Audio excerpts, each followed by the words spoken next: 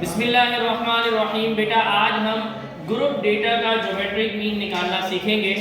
और group data आपको मालूम है जिसमें क्लासेस बनी हुई होती हैं।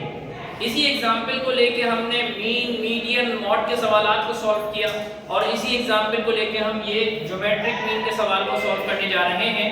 ज्योमेट्रिक मीन क्लास इंटरवल क्या बने हुए? 68 से 87, 88 से 107, 108 से 127, 128 से 147, 148 से 167, 168 से 187 और 188 से 207 और इसकी ये फ्रीक्वेंसियां बनी हुई हैं।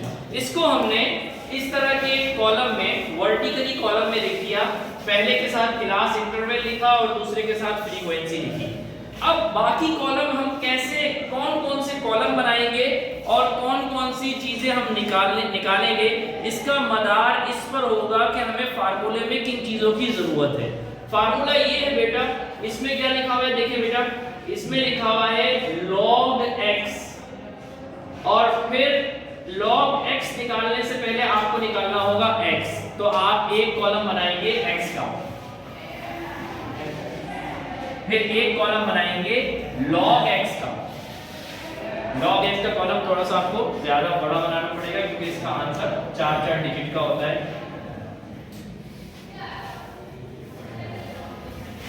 इसका आंसर हम थोड़ा सा, इसका कॉलम थोड़ा सा बड़ा बनाएंगे। ठीक, इधर लिख देते हैं log x।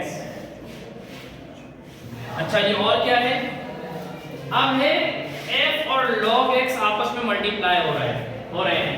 तो f मल्टीप्लाई log x, इसका एक कॉलम बनेगा। तो x कैसे निकलता है बेटा? 68 और 87 को प्लस किया जाए, 68 और 87 को प्लस किया जाए और 2 से डिवाइड करें तो ये निकल जाता है x। ये शायद हमने किसी और भी सवाल में किया। तो 68 और 87 को प्लस करके 2 से डिवाइड करेंगे तो आएगा बेटा अब 77.5, 77.5 और 88 और 107 को प्लस करेंगे, 2 से डिवाइड करेंगे तो आएगा 97.5। इन दोनों को प्लस करके 2 से डिवाइड करेंगे तो आएगा 117.5।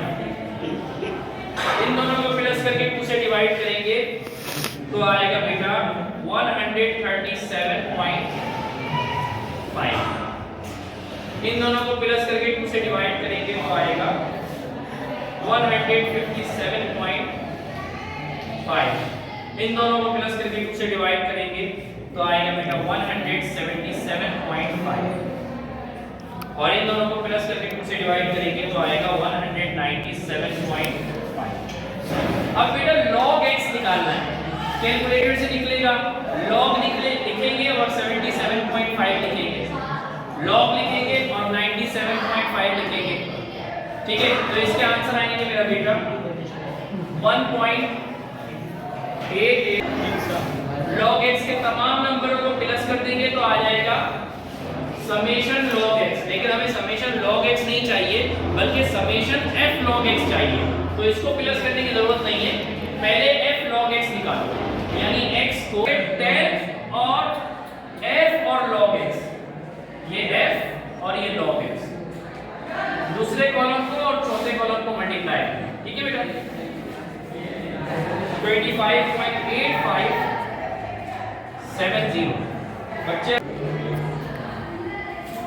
0500। 10 को इससे मल्टीप्लाई करेंगे तो आएगा 21.383। 4 को इससे मल्टीप्लाई करेंगे तो आएगा बेटा 8.7892। 6 को इससे मल्टीप्लाई करेंगे तो आंसर आएगा बेटा 13.495 और 2 को इससे मल्टीप्लाई करेंगे तो आएगा 4.591। अब हमें फार्मूले में किस किस के आंसर चाहिए? फार्मूले में हमें इसका आंसर चाहिए, f log x वाले कॉलम को सम करेंगे और f को सम करेंगे। तो एक तो इसके कॉलमों को सम करेंगे तो इसका आंसर आएगा मेरा बेटा 60, समेशन f आ जाएगा बेटा 60 और समेशन f log x आ जाएगा 124.0586। बस ये मेन काम था। अब इसके जो आंसर आएंगे दोनों वो फार्मूले में वैल्यूज पुट करेंगे और आंसर निकालेंगे। एंटी लॉग की जगह पे एंटी लॉग लिखा, समेशन f log x की जगह पे लिखा बेटा 124.0586, समेशन f की जगह पे लिखा 60। इन दोनों को पहले डिवाइड करेंगे तो आंसर आएगा बेटा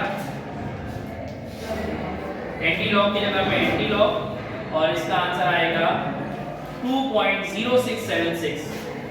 2.0676। अब एंटी लॉग लिख के 2.067 लिखेंगे तो फिर आंसर आएगा बेटा 120, फिर आंसर आएगा 116.8422। ये वाला सही है बेटा, समझ में आया? कोई सवाल तो नहीं आप लोगों का?